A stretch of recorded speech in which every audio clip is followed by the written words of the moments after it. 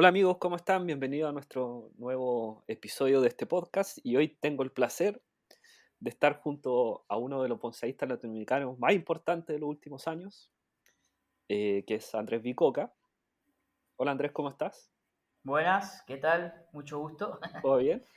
Todo bien, hermano, todo bien. Qué bueno, qué bueno. Bueno, Andrés, por lo que no saben, está radicado en este minuto en Portugal, después de un paso por España. Es mendocino.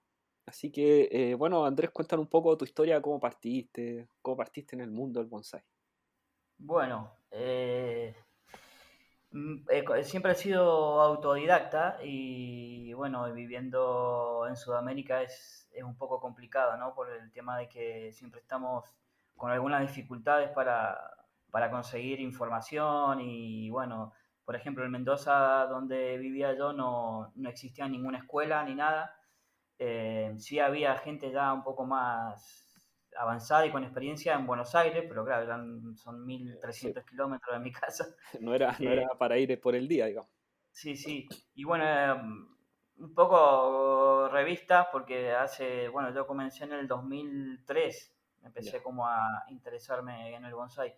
Y en esa época el tema de internet recién estaba empezando como a surgir, ¿no? Eh, Sí, pues no había muchos portales, no, YouTube no sé si existía en 2003. No, no, No, había blog, la época de los blogs, claro. no sé si te Sí, acuerdas. sí, Hay una que se totalmente. llamaba Portal Bonsai, que fue Ujú. como la cuna de todo, ¿no? Era Era, español, sí, pues, el que más sí, visitábamos y miramos claro. ahí, claro. Y bueno, después lo más común, las revistas que llegaban también de España, Argentina en esa época llegaban. Luego ya, bueno, por cuestiones, yo qué sé qué, dejaron de llegar las revistas. Sí, en Chile Y pasó luego lo ya mismo. Claro, luego ya con el tema de internet un poco fui recibiendo información y bueno, siempre experimentando. Luego empecé a conocer gente ya del bonsai argentino, de Buenos Aires. Empecé a hacer como amistades, viajaba yo, viajaban ellos. Y bueno, de a poco fui como aprendiendo, ¿no? Sí, y cómo desarrollaste, digamos, porque si hay algo que destaca Andrés Vicoca es el trabajo en madera muerta. Sí, el tema de la madera muerta es ¿Cómo? porque también a raíz del material que yo conseguí ahí en Mendoza, que, bueno, Mendoza es una zona olivícola, entonces hay muchas fincas de olivos y el olivo es una especie para el bonsai que es muy buena, ¿no? Que todo el mundo siempre ha tenido un olivo. Sí, no, Y el material que yo podía recolectar de las fincas eran los olivos silvestres, ¿no? Que nacen de las mismas aceitunas que caen y quedan ahí o algunos años. Y bueno, pero el problema es que yo teníamos como referencia el olivo español, ¿no? Que es otra historia, es sí, po. otra cosa. Y claro, queríamos tener ese tipo de árboles en Mendoza y no son iguales. Entonces lo que conseguíamos eran árboles muy básicos, con poco movimiento, sin madera.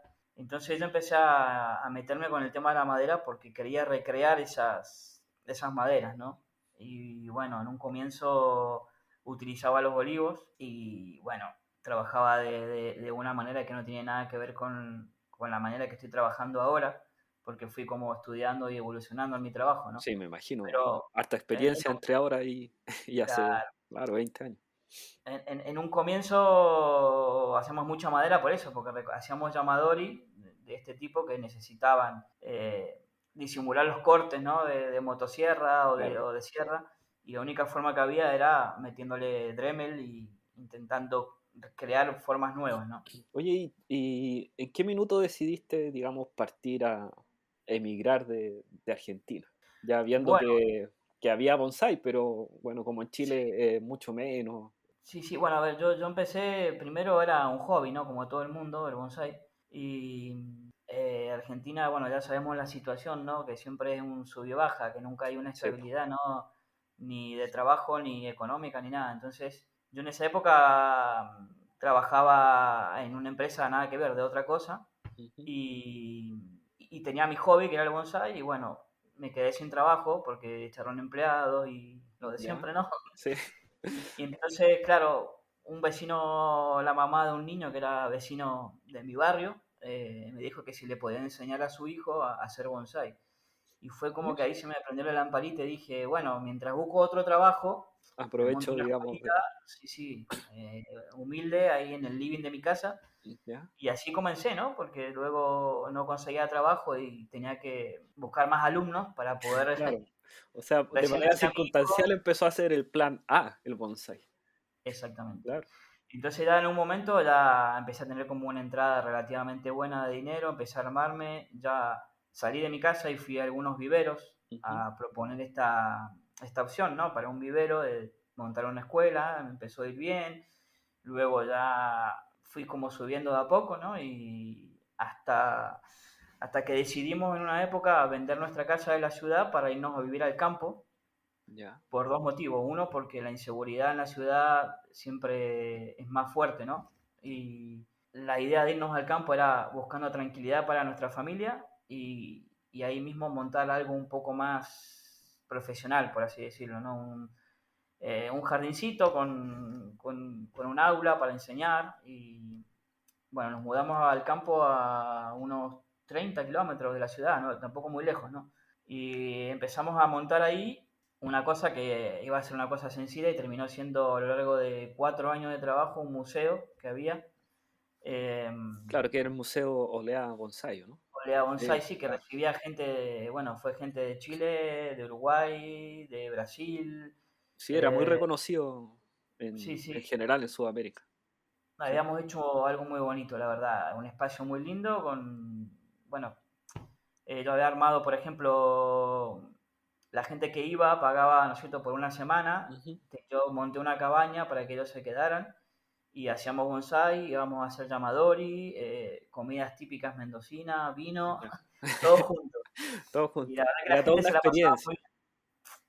Era una Sí, sí, experiencia al final. No era solo una visita. Eh, exactamente. Pero el problema es que luego la inseguridad se fue trasladando al campo también ya, chuta.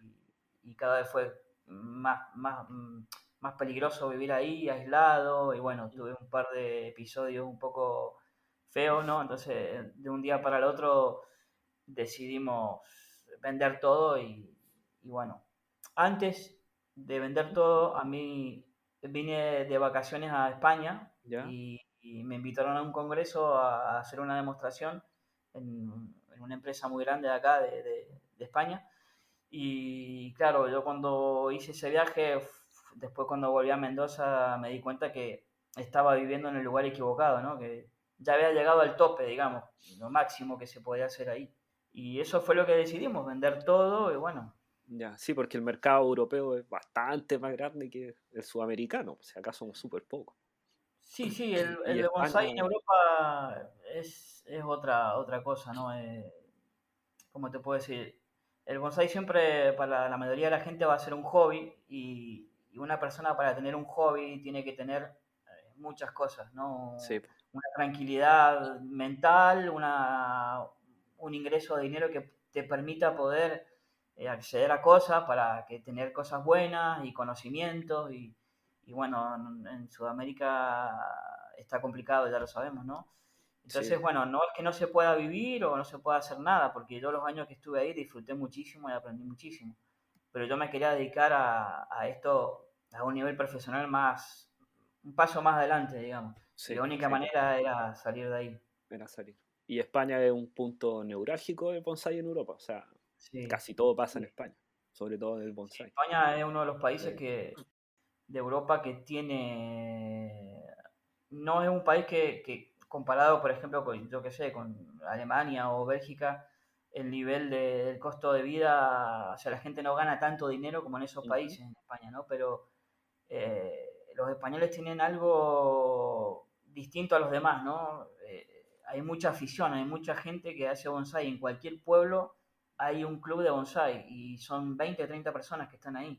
Ya, qué bueno. Y Eso no se ve en Sudamérica, por lo menos en Chile no, no no, no, pasa. es Sí, increíble, es una locura. Siempre hay gente que hace bonsai en todos lados. ya, qué Entonces, bueno. claro, es mucha gente, mucho mercado. Mm. Oye, ¿y entonces te fuiste a España, digamos, por una oferta laboral? ¿Tenías cómo llegar allá o te fuiste No, un poco no, más a ciegas? Así? De que nos vamos nomás. un suicidio, porque Ya, la verdad que me vine con mi familia, con mis hijos y mi mujer, y yo vine a ver, yo venía a trabajar de cualquier cosa. De Y bueno, lo que no puedo saliera. trabajar de bonsai, Ya. lo que sea. Pero bueno, empezamos de a poquito, monté una tienda online con un poco de dinero que traíamos, ¿viste? Lo invertimos en eso, Ujú. subsistimos un tiempo, después nos dimos cuenta que estaba saturado el mercado por internet. Entonces empecé con las escuelas, me Ya. empezó a ir bien, igual que en Argentina, empecé a Bueno, de a moverme muy de poquito. abajo, ¿no? Y bueno, empecé a conocer gente, a vincularme con el ambiente del bonsai cada vez más profesional. Y bueno, ya son casi 7 años que me vine. Y si bien aquí hay posibilidades, ¿no? Pero hay tanto nivel, hay tantos profesionales que no es fácil. Yo un poco, digamos, yo no sé si la suerte o cómo llamarlo, porque al dedicarme a una cosa específica, a una técnica específica como es el trabajo de madera muerta, tuve más puertas abiertas que si me dedicara a lo que se dedican todos, ¿no? Sí, porque tu trabajo es muy distinto al resto. O sea, yo no sé si es tallar la madera, es como sacar la fibra y los movimientos que tiene escondida la madera muerta. Y Sí, a ver, cuando llegué yo llegué con la forma de trabajar que tenía en Argentina y me di cuenta que no servía eso aquí porque el nivel que hay aquí de, de perfección, el ojo que tiene el bonsaísta aquí está mucho más avanzado, ¿no? desarrollado, claro.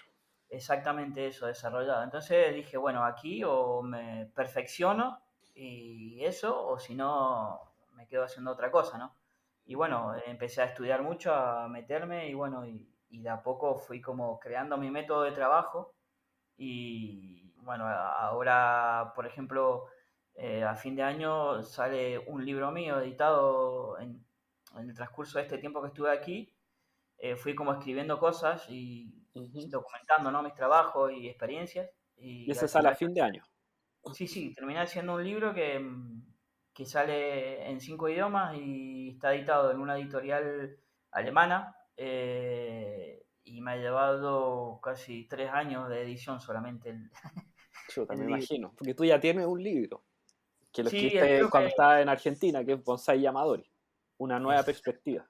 sí, sí, sí. Lo Y tengo eso era acá. también un poco con la visión y las especies que Sí. tenemos ahí en Sudamérica. De hecho, hablas de cómo la recolección de especie nativa, olivos. Es bien bueno este libro. Sí, no sé si todavía está disponible Está como para bajárselo online gratis. o... ¿Sí? Sí, sí, en PDF, por ahí anda. Ya. Pero Sí, bueno, eso no. era, ya tiene eso creo que 10 años, una cosa así, que escribí eso. O no sé Sí, si un ¿no? poco Y, más. oye, y pensando que bueno, cambió tu vida desde que escribiste el primer libro al segundo, Sí. cambió todo en tu entorno y qué, digamos, hacías hace 10 años cuando escribiste el primer libro versus lo que haces ahora. ¿Hay algo que ya no haces cuando trabajas la madera o dices, no, esto ya no? Bueno, amigos, dejamos esta primera parte de la entrevista con Andrés hasta esta pregunta. La respuesta a esta pregunta la podrán escuchar la próxima semana. Y antes de irme quería contarles que abrimos una cuenta en Buy Me a Coffee, de manera que ustedes puedan ayudarnos o colaborarnos para mantener este podcast activo, poder mejorar nuestros instrumentos de grabación, la postproducción, cosas de manera de ir creciendo. Así que todos los que quieran aportar con un granito de arena pueden entrar a esa página, Buy Me a Coffee, ponen Ruta Bonsai y ahí les va a salir la opción de donarnos un café, que nosotros muy agradecidamente tomaremos, disfrutaremos y podremos ir mejorando el audio y la postproducción de estos podcasts para que ir creciendo y para que la comunidad vaya creciendo y todos vayamos disfrutando aún más del bonsai. Así que los dejo hasta la próxima semana, no se pierda la segunda parte de esta entrevista y eso, nos vemos, chao chao.